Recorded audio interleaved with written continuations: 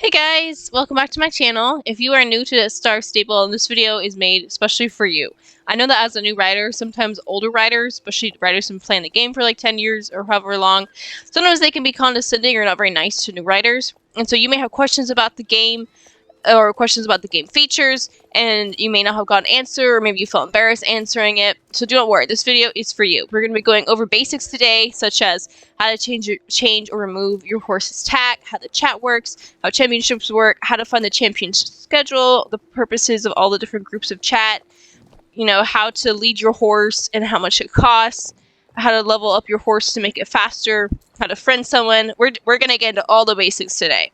Alright, so the first thing we're going to go over, slide to stop, is the character sheets for you and your horse. So to open the character sheets for you and your horse, you are going to either click this icon right here, or as you can see, it says C in parentheses, so you can either click it to open it or press C on your keyboard. And that opens the character sheets for you and your horse. And so let's say you want to remove your horse today, you want to go bareback and bridleless, so you're going to open your backpack by pressing I on the keyboard, or you can click this icon right here for inventory, and to remove track you just click and drag it. I'm going to press C to click out so you can see now I don't have a saddle anymore. Let's say I also want to take off my saddle pad. There you go, now you're a bareback. And so that is how you remove your tack, and then to put your tack back on you just drag it back, or you can just double click. And then this side right here is for you to change your clothes. So you can remove any accessories here, like sunglasses, anything from your head, and any gloves. And then obviously you have to be wearing boots, pants, and a shirt at all times. But that is how the same concept applies to how you would change your clothing.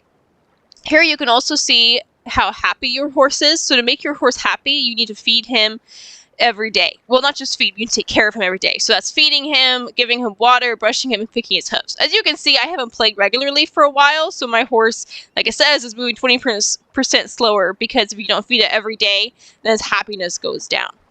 So in order to have your horse go as fast as it can, you want it to be full. You want this mirror to be full, green, and be feeding it and taking care of it every day. Also, how to make your horse faster is the max level for your horse is level 15, as you can see up here. And to get your horse up to level 15, which is the max speed, you need to do races to get XP. So to get XP for your horse, you do races, and you can also do championships. So that's how you level up your horse to get your horse as fast as you can. And again, keep your horse happy by taking care of it to keep it as fast as you can. Alright, next we're going to go over the chat, because I saw online some people were curious about how all these different segments of the chat work. So for the Say chat works for the people in the nearby area. So if you're talking to someone who's standing right next to you, or if you're asking a question that you want someone who is literally nearby you to answer, then you would say it in the Say chat. And you can also view what other people are saying nearby you in the Say chat. For the global chat you can only have access to if you are a star rider. So after you finish your trial of being a star rider, which I think is up to when you were level 6, and you reach levels and gain XP by doing quests. And so once you're up to level 6, I believe it is, you have to pay to be a star rider. And it is a one-time purchase, which is nice. It's not a monthly subscription.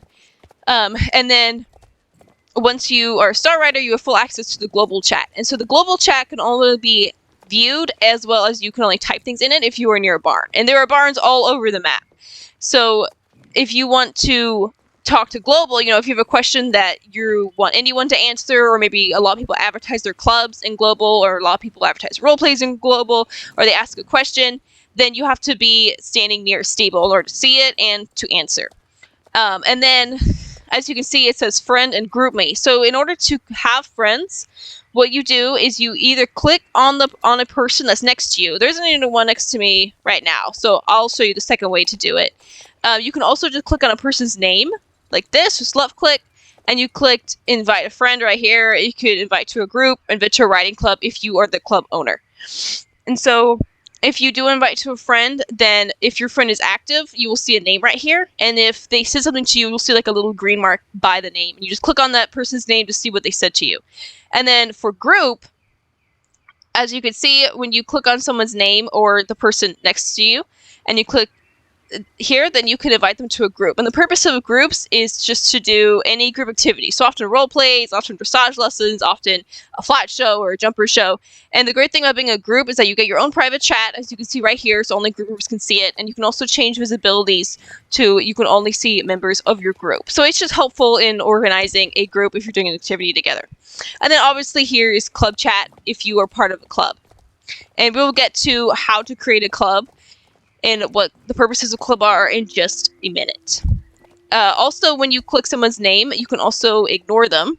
So if someone is, I don't know, being rude or maybe bugging you, or sometimes maybe they're just kind of in the way or blocking you, you can just click to ignore them. Hold on, buddy. My dog's looking at me. All right. Next, let's talk about how to be a wild horse. So you'll see this quite a bit on role plays. And all that means is for your horse to be wireless and free. So you're just going to click escape. You're going to go to settings, and you're going to go to creative up here, and you're going to click become a wild horse. And boom, your horse is suddenly free. And then here, there are all these other options. And these are pretty self-explanatory. You can just read through them to see what all these do. And then here, the graphics, here's the sound. Speaking of, I'm going to turn up just slightly. And then here is the gameplay. This is, talking about like distance to your horse. This is useful, I think, if you're doing like a jumper course or something. See how I just zoomed out, and so I think it's helpful to see the round kind of from above. So those are some general settings. Let me adjust that one back. I don't want to be zoomed out that much. All right, next let's go over the map. So to open the map, you click M on your keyboard, or you could just click the map right there. So you can see all the areas in the map, and you'll unlock them as you level up and do quests to unlock each area.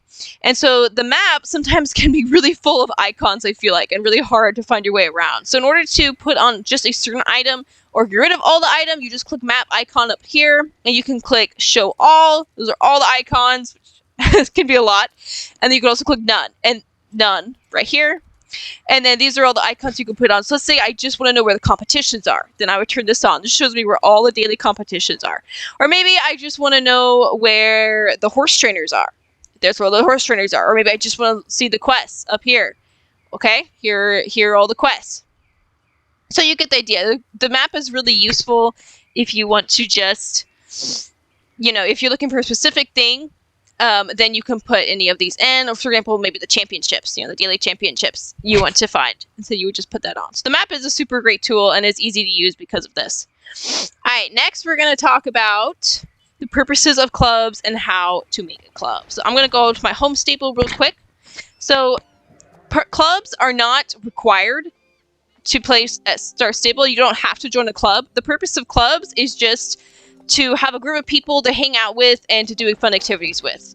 A lot of clubs do dressage, which is really popular and is fun. And I'm planning to do a video explaining basic dressage, so stay tuned for that. A lot of clubs are just hangout clubs, so it just gives you people to hang out with when you're on. Maybe you're bored, maybe you've done all the quests for the day, maybe you don't feel like doing quests, you just want to hang out with people or whatever. So clubs are just a fun way to hang out and get to know other Star Stable riders. To create a club, you have to find a person like this right here, the Riding Club Master, and as you can see, it costs 50 star coins, and you have to be Star Rider and at least level 5. And again, it costs us 50 star coins to create your club.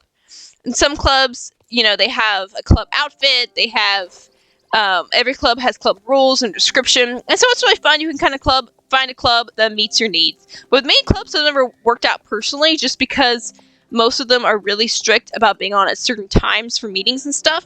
And it was hard for me to commit to a schedule like that. But if you're someone who, maybe you're young and still in school and you don't mind committing to a schedule like that, or it's worth it to you to work your schedule around your club, then clubs would probably be a great fit for you, and it helps you get even more fun out of the game. In order to join a club, the riding club owner has to invite you. And so 2 ways I have found to go about getting invited to clubs are, 1, to check the global chat, because people all the time advertise their clubs, and sometimes they have requirements such as being a certain level, and sometimes they don't. Like sometimes they're like, oh, this is open to anyone. Actually, I'm not gonna do that one today. And sometimes it's like, oh, this is open to anyone.